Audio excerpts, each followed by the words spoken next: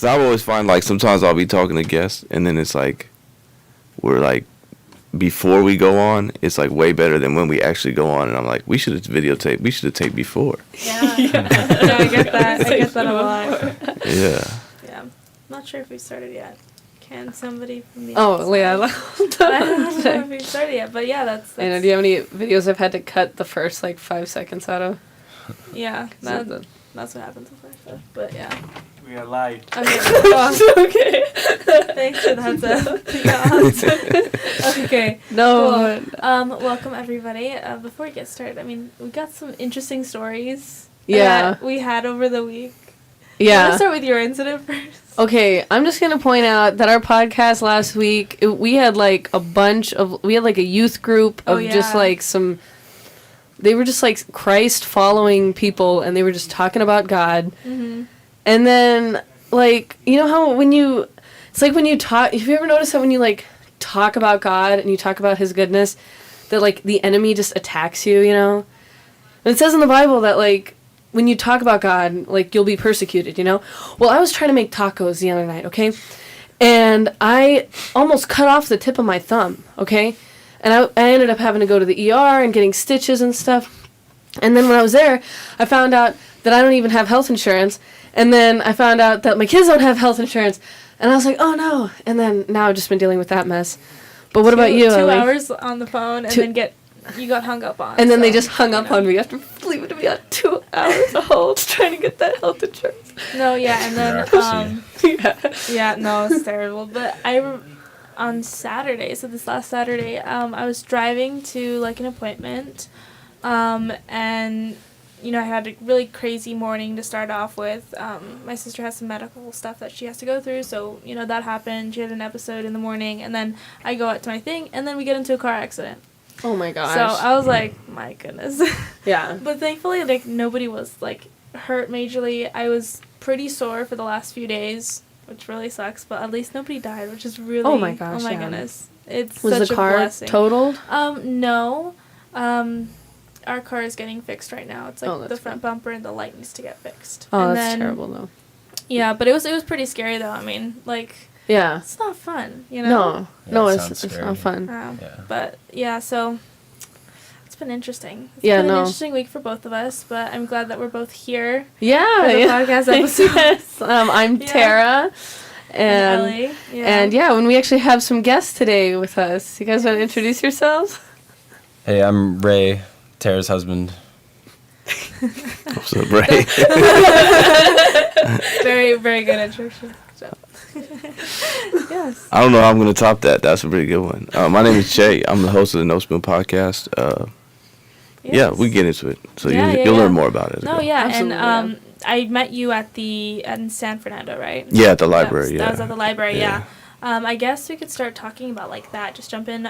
You know, we met there. Mm-hmm. Why'd you go there? You know, what were you seeing there? Well, that was when they were doing the drag queen story hour. So, I really just, I mean, I used to go to those things more, and then I kind of slowed down on going to them because they get kind of crazy. Yeah. And so that one got kind of crazy. But It did. I think more or less I went because of the city that it was taking place in. Like, my family's from there, so I had, like, you know, my grandparents are born and raised there, and it just seemed kind of crazy that they would be having a drag queen story hour talking to kids about LGBTQ issues and stuff like that. And so it was like, you know, that day I was like, yeah, let's just go. You know what I mean? Because I felt like, you know, back in the times of, you know, my grandparents were raised, they wouldn't have that. I mean, I'm trying to put this as lightly as possible, but that library wouldn't have existed. You know what I mean? Yeah. I'm just saying, like, Yep. so I'm not saying that was the course to take, but it just seemed like right to go there. You know what I mean? And at least show up and say, you know, not here. You know what I mean? You Not know, here. What was very interesting was I went also to their city council meeting that happened right after. Well, not exactly right after, but it happened after the event. And there were a lot of people who actually, they said they were from San Fernando, and they didn't like that. People were basically not letting the drag queen in. They said it was a free place for them to go to, and that you should probably just leave the kids alone because that's what they want to do. And, parents say that that's how some children are. So what would your response be to that? Because I think a lot of them were saying that your opinion would be the one that's coming, or an outlier, or the one that's from a different city coming in to try to infiltrate. I mean, then how come it hasn't been that way for like 100 years? You know what I mean? Like, why did that's something that's just been new over there? And just in general, I mean, you look in society, like that's something that's, it's new. This is not, we didn't see little kids saying that they were, the opposite gender 20 years ago, 10 years ago, to the extent that we're seeing it now. So to sit here to say that that's how it's been and that's how we feel, come on, where did you grow up at? You know what I mean? Like, I didn't see that over there, and I don't see, that's just something that's been kind of put on, we've been indoctrinated to believe and understand. And that's kind of the thing that when it comes to that situation, it's like, I don't necessarily believe that there are kids that are trans. You know what I mean? Like, I think that there are kids that are surrounded by adults that want to, that have an agenda and kind of ease them in towards a certain agenda that fits their narrative. Yeah. You know what I mean? So even when they get up there and they say, well, you guys aren't allowing trans kids, you'd have to prove that that's actually true. Yeah. That kid is actually trans and not just being manipulated by their parents. You can't prove that yet. Recently, after that happened, there was also a story that just went viral on the news, and it was about the youngest drag queen, and he's 6 years old, and his parents are taking him to drag shows, and the videos that they had, this 6-year-old boy is like doing the splits in like a mini drag outfit. And the parents were saying, oh, people say we're judgmental. I mean, people say that we're in the wrong place and that we're perverted. Like, they're judgmental. That was kind of what they were saying. And they're hateful and they're bigots. But we could tell that he was trans when he was 4 years old, because he used to want to wear his sister's princess dresses. And we encourage that behavior. What's your response to, that kind of, modern parenting style that seems to be trending, I mean, I think you just said something that's the core of this whole argument. It can't be proven. Like, none of it can be proven. You know what I mean? Like, according to the way that their whole doctrine, I can sit up here and I can tell you anything right now, and nobody can disprove what I'm saying because it's subjective. It exists in my own mind. So if I can say anything, then where is the basis for reality?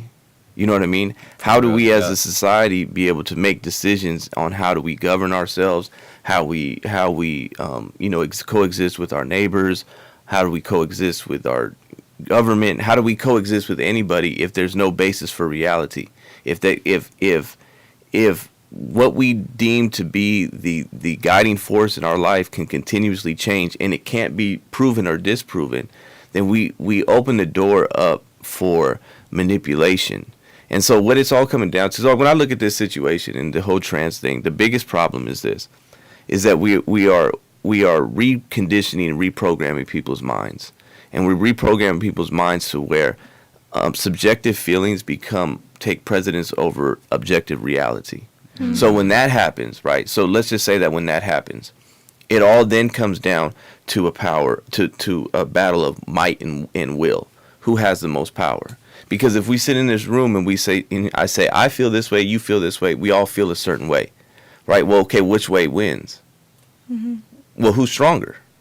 You know what I mean? Like, who's gonna that's what it comes down to. Who can overpower the next person? Yeah. And that's really what we're headed down. That's what this whole, feelings and emotions and all that stuff is easily to be manipulated. And you have the people that are you're priming the next generation to be able to accept that.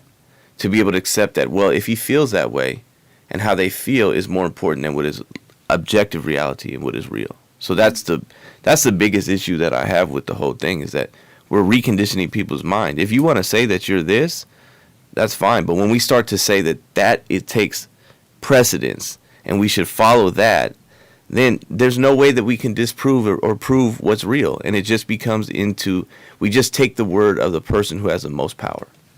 Yeah. Well said, brother. It's like that we were laughing about how recently, like, the Woman of the Year and the Miss Universe is all going to trans males, and we were like, oh man, as females we feel like dominated. We're like getting beat in every single one of these. Yeah, that's true. But I think we can just start jumping back just a little bit, so you could just introduce yourself. And I know you definitely do have an interesting story to tell, because I know that you definitely had a full change in perspective over the years. I know you followed like Marx and other people like that, like Mao. So just explain just kind of just who you were before, just a little bit, so we can get to know you. I'll go there. You want to talk about before, or well, tell how us, far back do you want to go? Tell us. Actually, let's see this. So what kind of got you into politics in the beginning?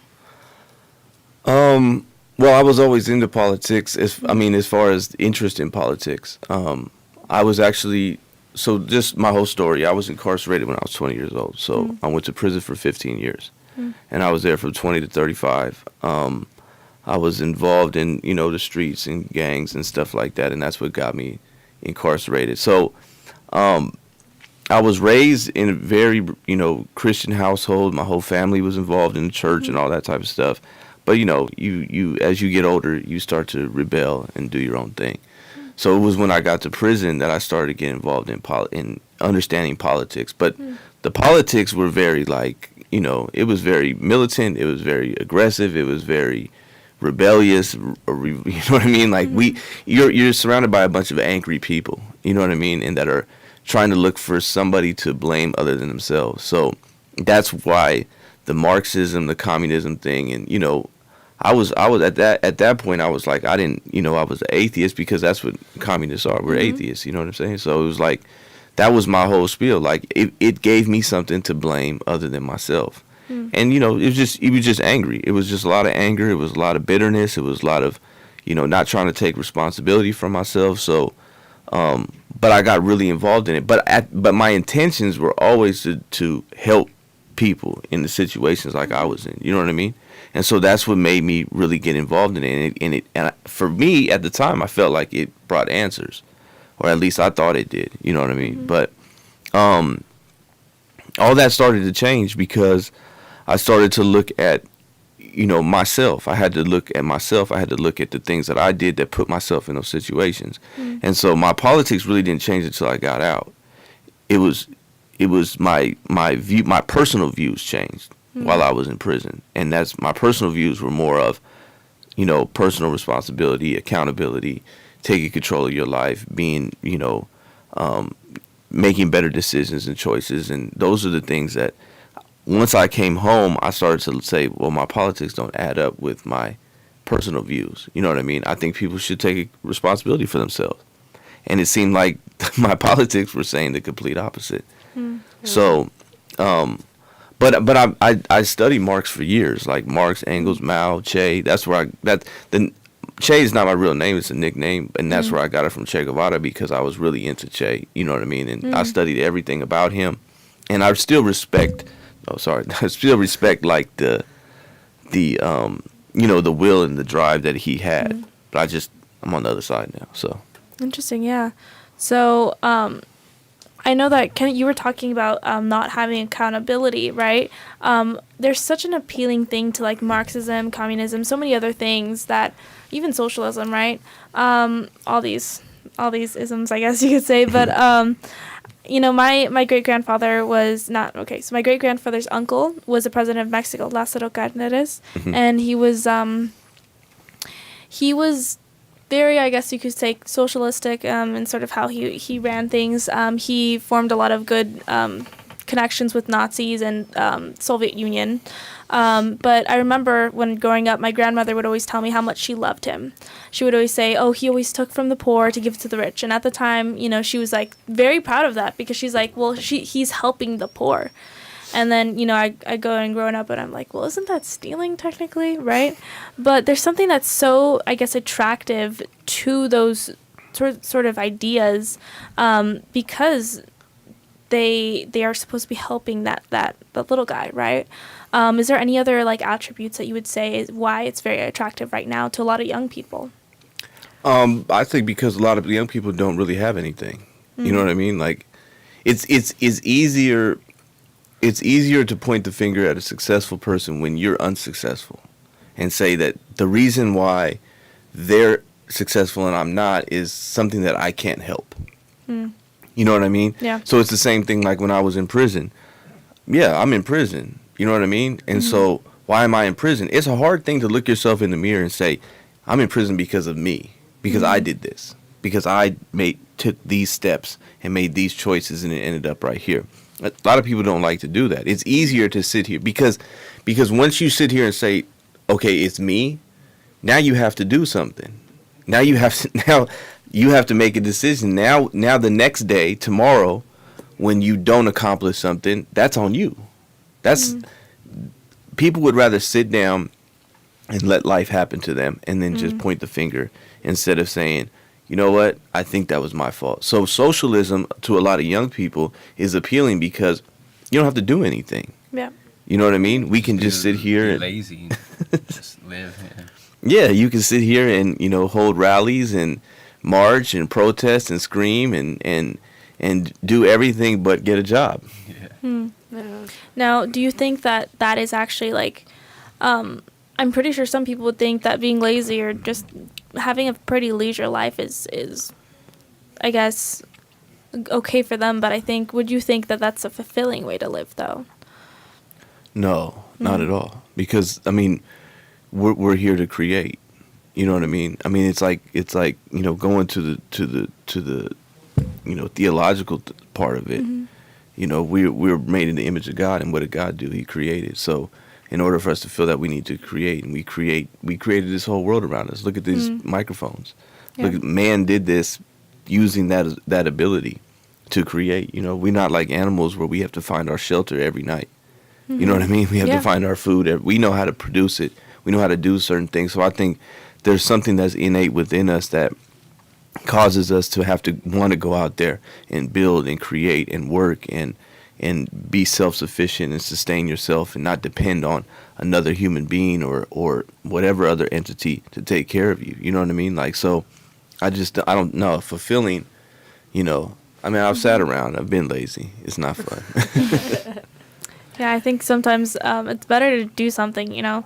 It's better to be actually busy than not doing anything at all. Yeah. Gives you, I guess, almost gives you a purpose. And I think that, I don't know, I'm just thinking, my brain just went crazy right now. I'm sorry. When we were talking about, like, socialism and the Bible and stuff, it made me, reminded me of that story where, like, that woman, like, pours that oil on Jesus. And then that other guy, was it Judas? I think. He was like, you foolish woman, you know, like, why'd you just waste all that oil? Like, we could have given that to the poor, like, made money off that and given it to the poor. And then Jesus was like, don't yell at her, like, you'll always be able to, like, help the poor, but I'm not going to be here forever, you know, like, but it was just funny because it was like Judas was, like, pushing that socialist mentality. No, I don't know. Yeah. No, yeah. No, but Ray, what's your thoughts on, like, the thing with the library and the school and stuff like that? And yeah, I think it's completely out of pocket and has no place in our school systems for sure. And the culture right now, I think, is going down a bad path. Like, people are just becoming more and more confused. So that's how I feel about it. And yeah, I know. I mean, my cousin, like, she's my first cousin once removed, and she, first of all, she's on TikTok, which I just, like, that shouldn't be happening. But anyway, she says on her TikTok, like, I'm non-binary and I'm bi, and she's 9 years old, and I've known this girl since she was in diapers, and I'm just like, why? What is even introducing you to that? You know, that you're shouldn't 9. even be on a 9-year-old's mind. Like, I don't know. But yeah, we're in this, like, world of, like, everybody's on their phone. It's a crazy world. Yeah, it's bizarre. Oh yeah, but you know, but no, yeah, no, you're doing good. But it's like, a lot of these things, you look at, there's a big absence of God in a lot of these, looking around.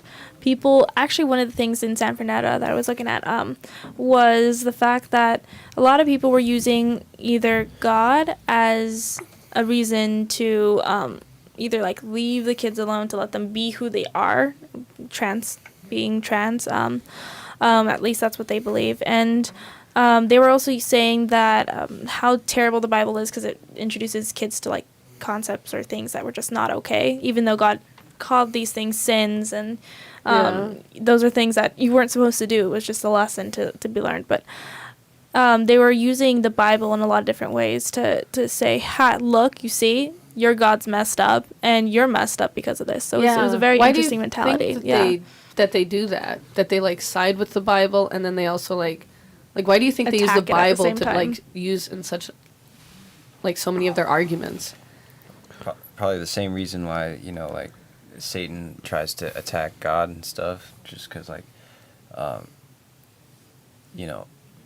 they'll try and find any flaw in us and then use it against us.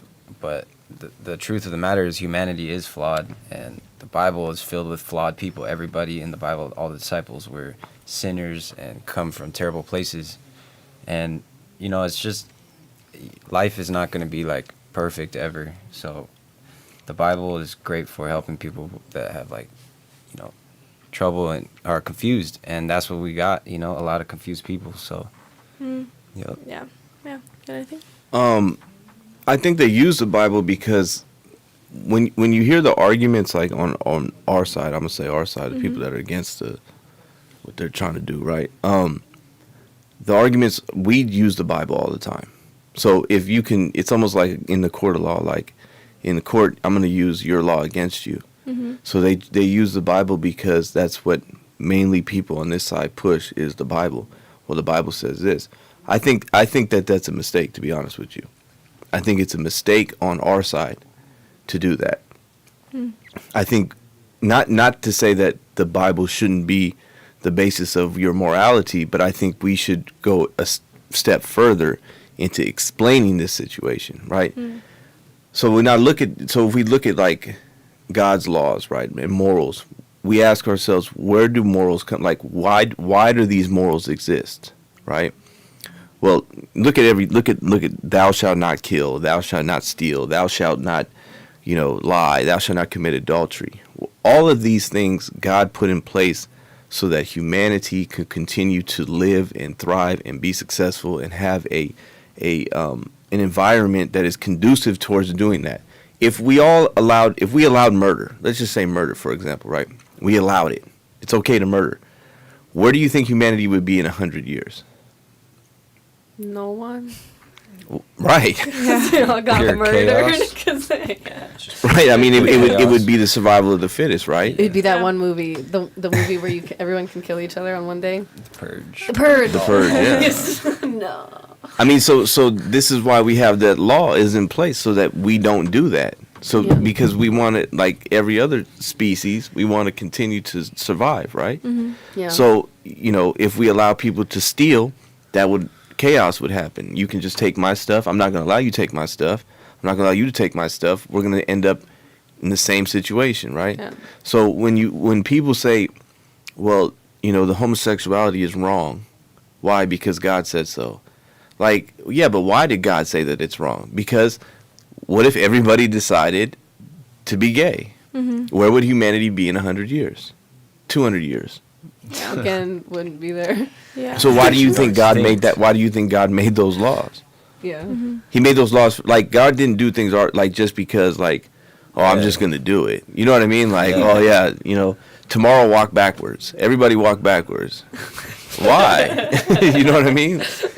There was reasons for this, and I don't think we do a good job of explaining these things. Like, so they'll say, like, well, what does what I do in my bedroom, what does it matter to you? Well, it doesn't matter to me. You know what I mean? But the problem is that when everybody decides to do it, well, what is that one murder that happened in South Central? What does that have to do with me? Is humanity going to stop because one person killed another person? No. But if we all did it, just like if we all decided to be gay, we wouldn't exist anymore.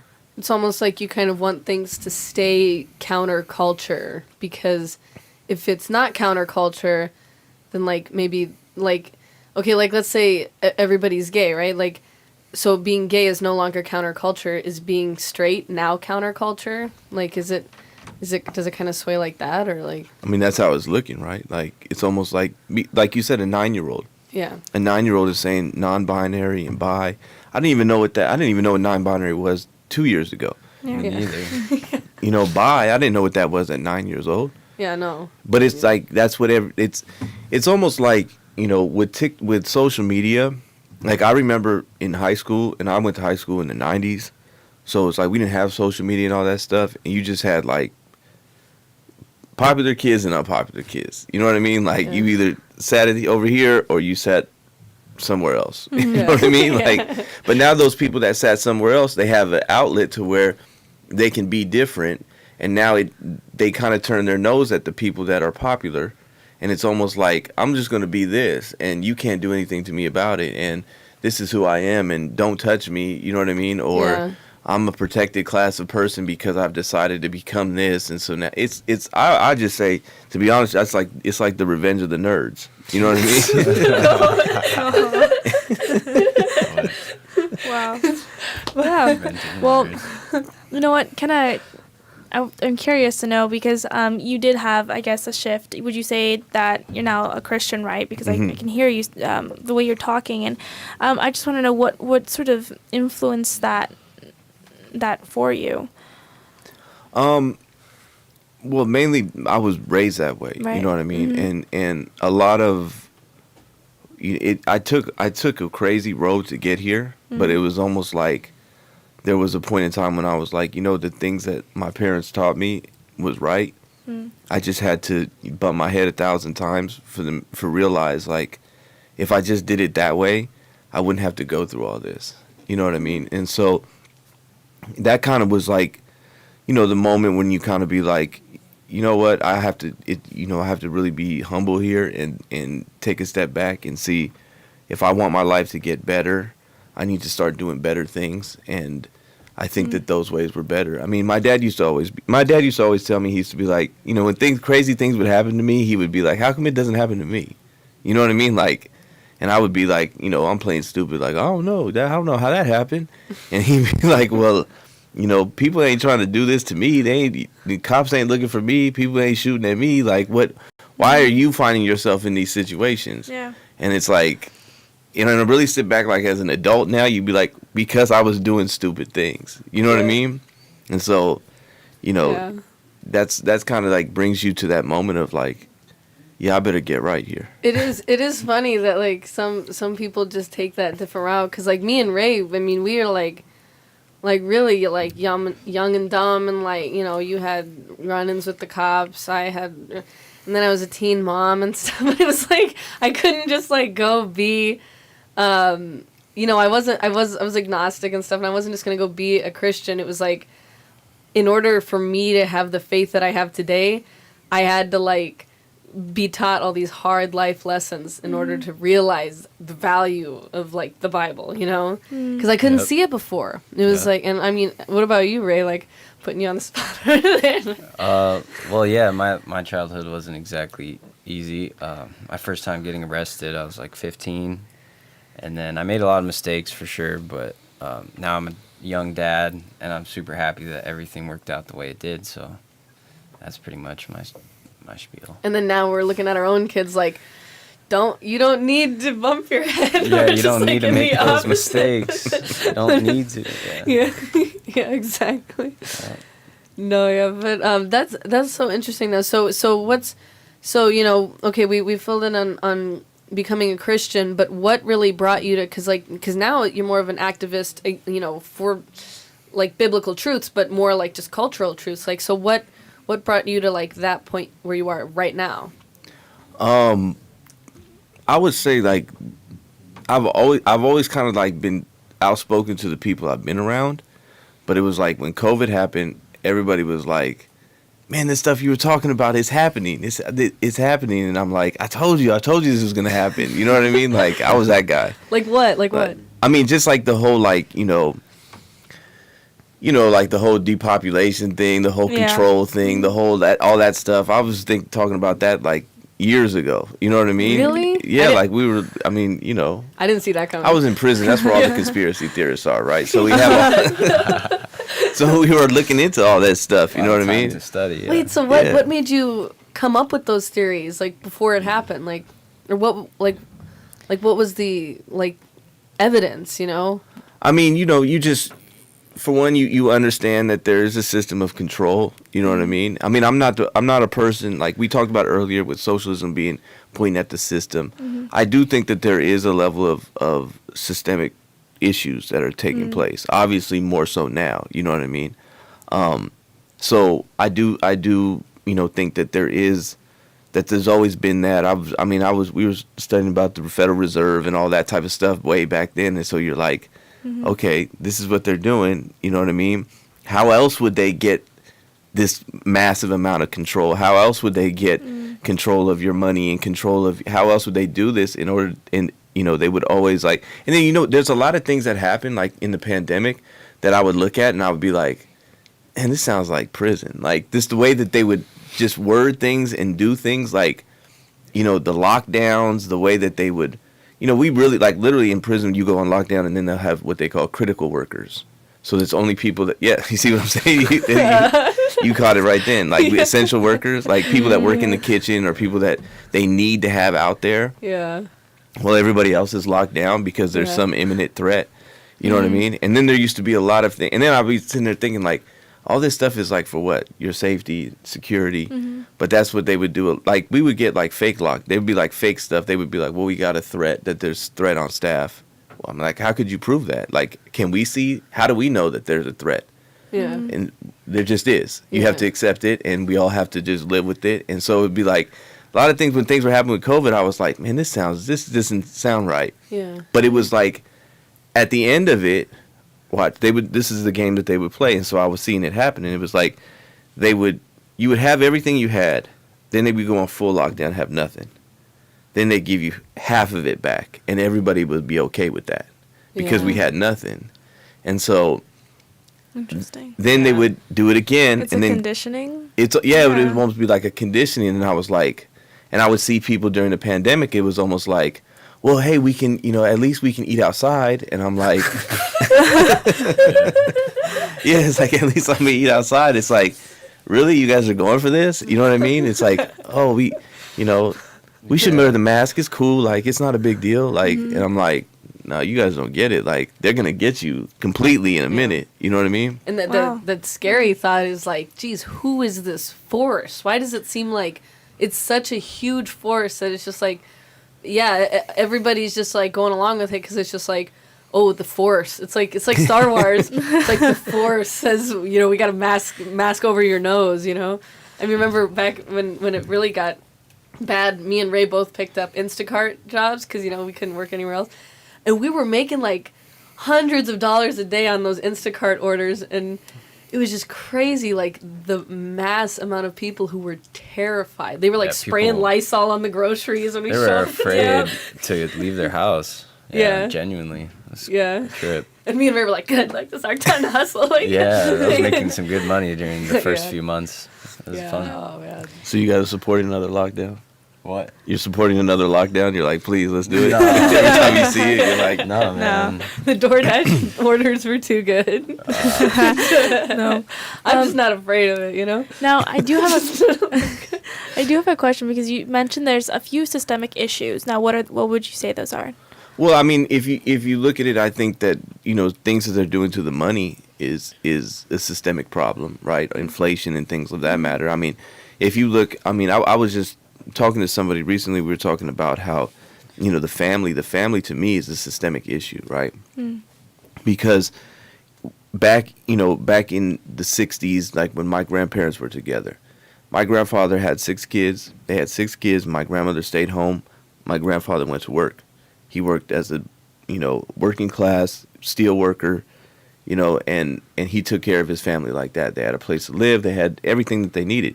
You can't do that nowadays, right? You can't do not on one income.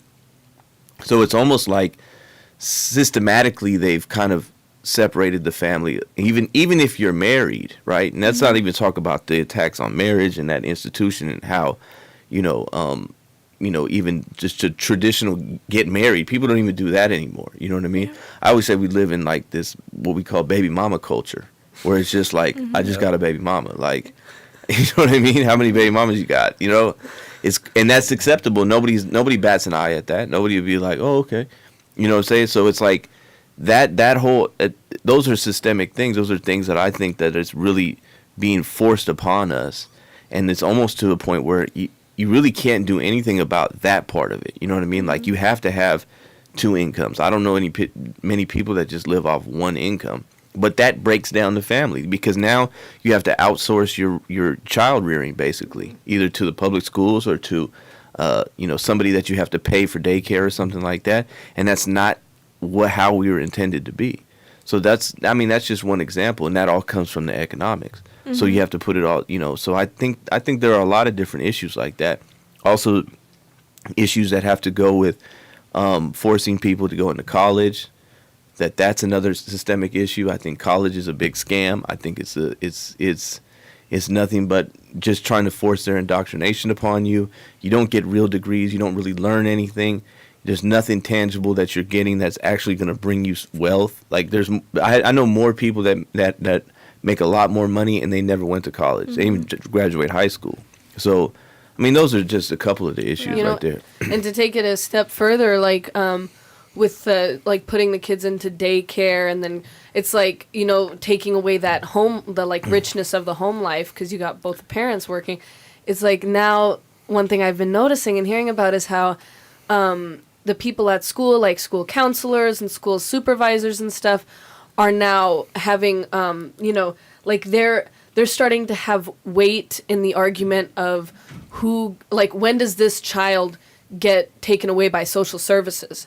So that's another thing that's kind of been flying under the radar, though. But it's another thing of targeting the family unit. What would you say to that one? When it comes to counselors being able to negotiate with the parents about social work. It's the same thing. Like, they've hijacked the conversation because they can hide behind these titles that they have, and these degrees mean everything to everybody. So if you have a PhD, you know what I mean, you could put Dr. So and so, then it wins. It's just like, I was talking to a couple of people that went to the city council meeting, and the one they had in San Fernando, and it was like, they were expressing to me how they were kind of disappointed in how it went and this and that, and I said, you really can't beat them there, because they've already won over here in the institutions, because they have the title. So if a guy with a doctor and PhD behind his name can get up there and say, well, this 4-year-old is a trans, he is, he is a she, then we all have to, even though our common sense brain says that's ridiculous, it doesn't matter. They've already won because they have that title behind it. And so putting the title behind it to school counselors and things like that, again, people are respecting those. They're respecting those institutions over common sense. Common sense to tell you that a 4-year-old cannot, a 4-year-old wants to be Superman. Should we let him jump off the roof because he thinks he can fly? That's common sense, yeah. Right, it's common sense. But because a professor said so, it's true, so we should just let the kid jump? Yeah. You know what I mean? That's kind of what we're doing here. Now, if those institutions they've already won in that area, how do we solve the problem? I think it just comes. I think first and foremost, we have to solve the problem by taking control of our own lives, right? And then we almost have to just ignore them. And what I mean by that is we can't be scared to speak out. We can't be scared to tell the truth. And I think that's one of the biggest problems that we're having, is that people are scared. You asked a question at the rally. You asked me, you said, what do you think about people that say that you being here is homophobic, right? And I told you I didn't care. Yeah. And the reason for that is because you're going to move the goalpost to fit your narrative. That's what people are going to do, right? So if I tell you, what's your favorite color, and if it's not my favorite color, then you're racist. Well, that's kind of that's crazy. You know what I mean? But that's literally what they're doing. You know, they're saying that the things that you're doing doesn't fit how we want you to think, then therefore you're this. I'm not going to allow somebody who isn't intelligent enough to see what's right in front of their eyes and call it for what it is to label me. So, no, you're not going to be a 6'4" grown man in a dress and a wig and sit a kid on your lap and read to him about, you know, being gay or engaging in homosexual activities, and I'm supposed to be okay with that. I don't, you know what I mean? Like, I don't care if you don't like that I don't have a PhD behind my name. It doesn't matter. I'm not, and then you want to call me a bunch of names because I don't agree with the PhD. So what? I think the first starts with people stop caring about what these people think. Like, I'm not going to care about the opinion of a fool. And these people, that's foolish. This is what these people are doing. So, number one, stop caring. We got to start there. You know what I mean? Too many people care. Yeah. I think so. Yeah, that's really true, you know. I mean, I just notice among, like, people my age group, a lot of times it's, like, easier for them to just not get involved in the conversation, you know? Like, what do you say to people with that mentality, especially, you know, who could be, like, more politically active because, you know, they're not, like, tied down to, like, having kids or, like, a family. Like, they could do more, but they're choosing not to because it's just, like, too hard and too confrontational and too, like, what's yours? Well, I mean, there's going to come a point in time where you're going to have to. So you might as well do it now on your terms. You know what I mean? Like, while you have the ability to have a podcast like this and speak out like this, and I'm not saying everybody's going to have a podcast or speak out, but I mean, you know, you can find yourself in social circles. I found myself in social circles talking to people, and people say something, and I'm like, does that make sense? Like, you really think that makes sense? Explain that to me. Like, you know what I mean? Like, and then it's like, you know, they just get frustrated and walk away, and that's fine. You have to be okay with that. Like, we have to stop worrying about what people think, and I think a lot of, you know, it's harder because, you know, I'm older, so as somebody who's lived life and I've gone through those stages where I cared about what people thought, you know, it's like people say, what would you say to your younger self? I would say, stop caring about what everybody thinks because they're not going to be around there anyways. You know what I mean? So, you know, these people, they come and go, and you're going to align yourself and you're worrying about the opinion of, in you know, in my opinion, a bunch of weirdos. I'm just saying, I don't know how else to say it. Like, Ray, what's your experience been like among, like, your peers and stuff when it comes to, like, politics? Do you guys ever talk about it or, like, anything? You mean, like, my high school friends? Yeah, I mean, just, and, like, I don't know, anyone in the past 5 years, I guess. So, yeah, high school, too. Yeah. No, they don't care about politics. I mean, young guys like that, you know, they don't care about politics. They're just worried about, you know, making money or stuff like that. Yeah. But Yeah. A lot of my friends don't care about it. I know that. Yeah. Well, you know what? I know there's a lot of them. We all have strong opinions on things, except they just won't speak out about it. Yeah, when, It's like, very push comes to interesting. shove. Yeah, I mean, it's like, it's very weird. It's like, you know, I know they believe the same things that I do. They're always so opinionated about that. But when it comes to, like, speaking out, they're like, maybe not. Yeah. You know? And it's like, well, I'm not really interested in it. Okay, but you think that's wrong, though, do you? Right? Yeah. You know? it's and like a lack of spirit almost with the youth these days. Like, Yeah. they don't have any passion. I think it's a generational thing. I think our generation yeah. specifically has been seen such a hard slap on the wrist for, like, people who don't think that way that we're just like, no thanks, you know, we don't want to get like attacked by the dragon. We just would rather, like, not, you know. Like, I mean, yeah, I guess so. I mean, we've been looking at a bunch of people just get hated on. I mean, for me, like, whenever I see, like, I guess I haven't seen that many, like, hate, you know, comments or anything, but it's just like having the mentality of walking into something and being like, okay, I know that they're probably gonna, like, hate on me for something, but I remember one person asked me during one of my speeches that I had, they were like, well, what do you do when people hate on you? And I was just like, well, you know what, I'll say this, I haven't had any, like, really bad ones, but when I do, I'll print it out, take a picture of it, print it out, and then post it on my wall because it's like an achievement for me. Because I just like this is so much. It's like that's what I think about it. So like kind of like going back to what like you're saying is like just don't care about it, or I just like kind of play fun with it because it's just like okay, people are just gonna do that. You know, you gotta have at least 5 haters everywhere you go. I mean, you ain't doing it right if you ain't got people hating on you. Yeah, right? that's true. It's weird because like you said, like this like the difference generation, like I said, I grew up in the 90s where, you know, we embraced that. You know what I mean? Like we was like, oh, you don't like me? Cool. You know what I mean? Let's go out back. You know what I'm saying? Like it's just kind of like, I don't know. Like to me, I look at it like, who cares? You know what I'm saying? And so it's like, I feel like this generation, like in the generation that's coming, it's like anything that's adversity, any type of struggle, people run from. Yeah. And it's like, and that's kind of unfamiliar because I felt like in my generation it's like we ran to the problem. You know what I mean? Like we ran, like where is it? Who wants it? Where are we at? You know what I mean? Like we had that kind of like literally had that mentality.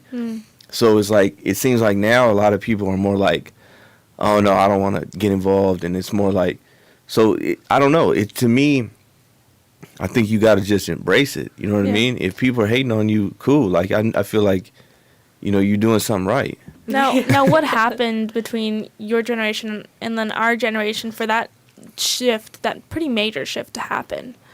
I think what happened is that we were, I mean, honestly, I think what happened is that we seen men really get emasculated, and we seen men really get to the point where like we were seeing generations, and this is a product of taking men out of the household and having a generation ran primarily by the mothers. And so when you have that, we went off, everything was based off emotions and feelings. And so you're being raised to believe that how you feel is more important than anything like that. So these people are not really having a father to sit here and say, no, go back. You know, I always look at it like this, like if I got in trouble at school and the teacher yelled at me or something like that, my mom would be like, you can't yell at my baby. You know what I mean? But my dad would be like, well, what did you do? You know what I mean? Like that's kind of like we've lost that, or you know, you don't want to play. Like I always tell the story, like when I was playing football, like I was like 11 years old and I got hurt one of my first games, and I remember my mom didn't want me to play anymore, and my dad was like, no, we're not doing this. Like you're gonna get out there and you're gonna play. And it was almost like if I didn't have that in my life, then I would have hid behind my mom. And I feel like we just don't have fathers anymore that are willing to put their kids out there and let them go through the fire. Like sometimes you got to go. You're gonna take your lumps. You're gonna get your nose busted, your eye busted. But at the same time, you're gonna become stronger for it. We want to protect and shelter these kids too much. These kids, and that's why, like I was saying, they hide behind these labels of I'm marginalized, or I'm having a episode, I'm triggered, and I don't want to deal with like those are all just games and manipulation to not deal with problems. And I just think that's one of the biggest things is like these generations are those generations that were raised without that strong male leadership in their households. I just just one more question kind of off of that is like, so what do you think, you know, because we talk about emotions a lot. One thing I've noticed a lot in like people our age is how significant like mental illness, you know, is like, because I feel like when you were younger, is it like if someone said like, oh, be careful, that person's like suicidal, you know, like, because that's like so like common nowadays. It's like, it's like, oh, yo, like that person might kill themselves. Like you have to watch what you say, you know, like, and even like in social media culture, it always easily just comes triggered, right? Yeah, it always just comes down to like, you might make this person kill themselves. Like, do you understand that? You know, it's like, so what's your response to that? I can't make you do anything. You know what I mean? But a lot of times when it's really behind the truth though. You know what I mean? Like, don't tell them the truth because they might kill themselves. Like, okay, well but that's the truth. It exists. It's real. If you decide to kill yourself over the truth, that's not my choice. You know what I mean? So, like, you know, I run a class, a reentry class for guys getting out of prison. I do that every Saturday down in L.A. on 76 in Avalon.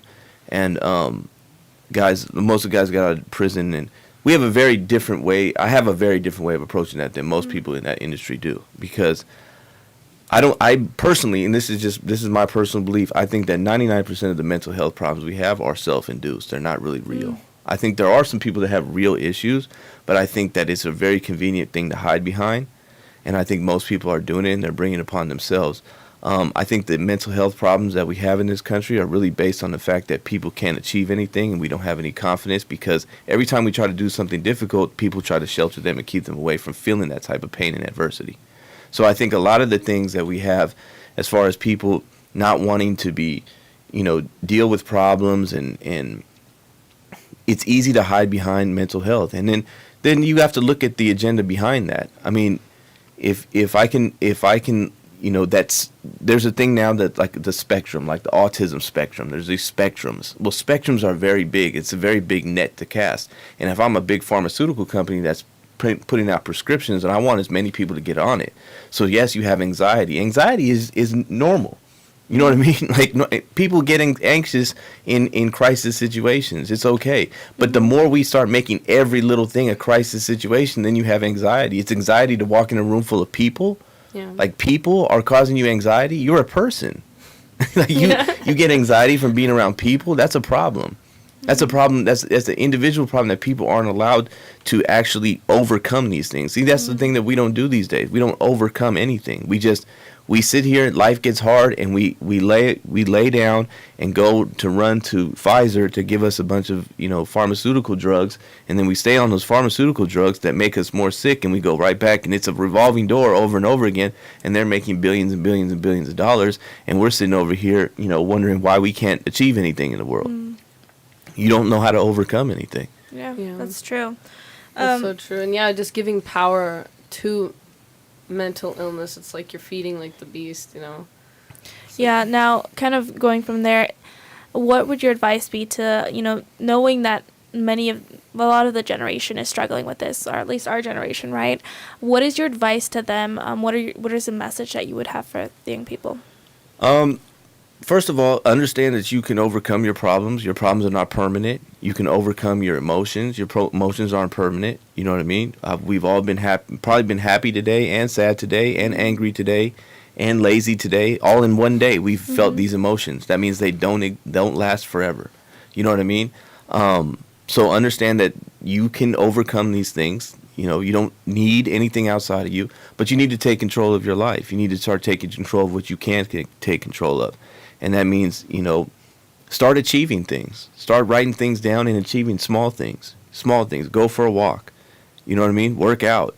It all starts, like, in the physical. Like, if you want to deal with your mental issues, then start in the physical.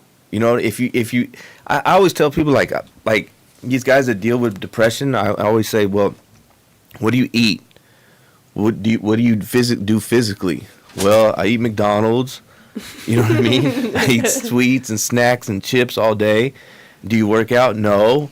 I watch TV. I scroll through social media all day long. Well, this is why you're depressed. I'd be depressed. I'm depressed just listening to you talk about that type of, like, start doing something. Put the phone down for a minute. I think that we've become addicted to these phones, and these phones is scroll. I mean, I've fallen victim to it myself, where it's like 2 hours went by, and I'm like, man, I just looked at Instagram for 2 hours. So it's very addicting, because you were all chasing that dopamine, and it's all those little things that I want the next one, the next one, the next one. So start taking some time to yourself. Start looking within for the answers to your problems, because they're there. You know what I mean? But take control of physically. Clean your room up. You know what I mean?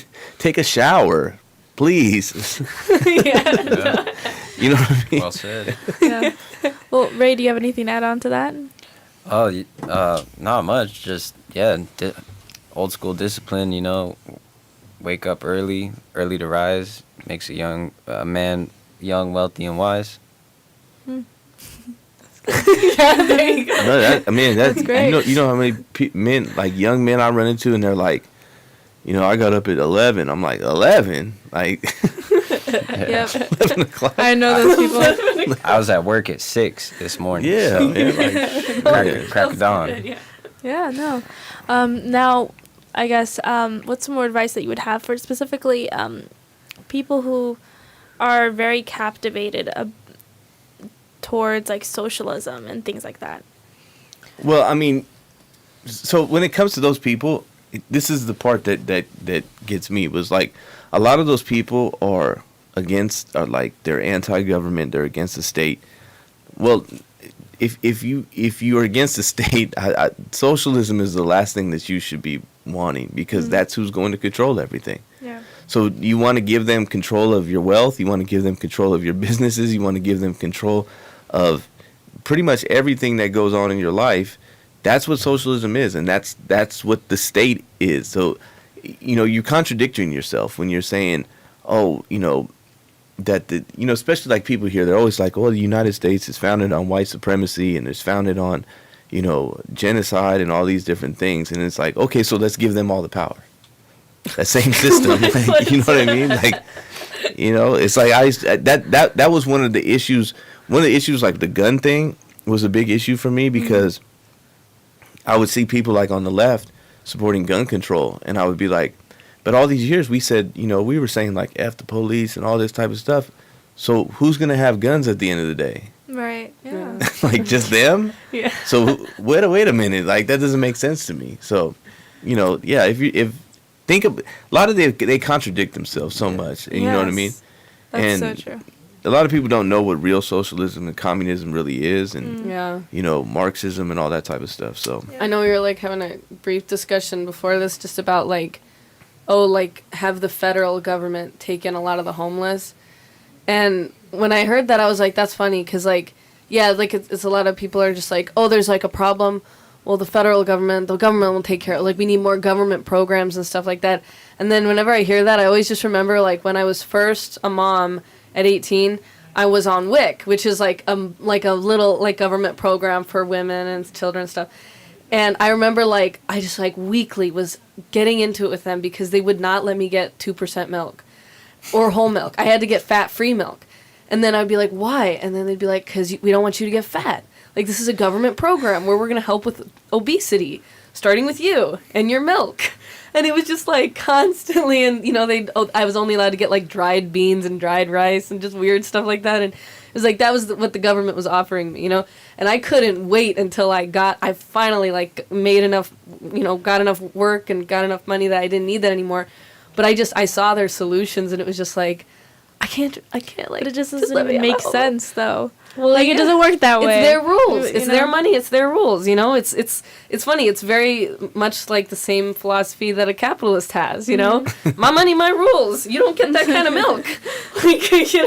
And you're fat. No, I'm just kidding. They say like, he who pays the piper picks the tune. Mm-hmm. So if they're funding it, they're gonna tell you what they do with it. You know what I mean? Yeah. And it's like, one of the things like in the whole, the whole revolutionary movement, or the Marxist socialists, they always say power to the people, right? Mm-hmm. So, but it's not power to the people. It's power to the state, because power to the people, like let's just say everybody here goes to work and they make money, right? So, at the end of the day, that money is representation of power. You can do what you want now. If you want to save enough money to go to Hawaii or go to, Costa Rica or whatever, you can do so. You have the power to do so, right? And you got that from your labor, from your work. But if I'm giving all my money to the state, and then the state decides what to do, then the state has the power. Just like you said with the milk, the state had the power to decide what kind of milk you were going to use, because it's their money. Yeah. You've given it to them, and they now have the control of it. So when I used to think about this whole socialism thing, I used to be like, well, I believe in power to the people. But power to the people is what is real power? Power is having the ability to make decisions and choose and do what you want. What's best for you. Self-determination is the big thing that they talk about. Mm-hmm. You're not self-determined, because it's all depending on what the government wants to do and the state wants to do. So, to people that are looking into socialism and thinking that's the way, you're really relinquishing all your power. Yeah. So, and it comes down to the pettiest weird things and that's what I think is a lot of people don't expect. But anyway. Yeah, we are gonna have to start wrapping up. Oh, okay. Yeah. So. But that's good. Yeah. Do you guys have any closing statements or just final words? Also, how we can find you online as well. Yes. Yeah, on socials. Oh yeah, you can find me on Instagram at Che_uncensored, Also on YouTube, the No Spoon Podcast. That's No Spoon as no, you gotta spell it. The No Spoon Podcast. You can check, and I'm on Twitter too. No Spoon Podcast. Cool. Yeah. I just want to say shouts out to Che. It was well said. Very well said points. Thank you guys. Yeah. It was really smart. Yeah, that's great. Yeah. So, Okay. Any last words? Or anything? Any last words? Anything you want to throw out there? Thank you guys for having me. I appreciate being on here. And Well, you know what? Thank you so much for coming on. I think this was a pretty cool conversation. Yeah, I like this a lot, no, so. Super cool. Yeah. So thank you so much for both of you to be on. Now, for everybody who's watching us and would like to follow us on socials, they're a little weird because our handles are just we couldn't find one that all stuck in all of them. But Instagram is 180.shift. Twitter and TikTok is 180shift. YouTube is shift 180. So it's just kind of just backwards, because that makes sense. But Facebook is Tara, letter N, Ellie. And then website, you can find us out or find out more about us at 180shift.org. And if you have any questions out there, you could just shoot us a DM on social media or email us through our email, which you can find on our website. Check us out there. But we would love to have you on the podcast if you're interested.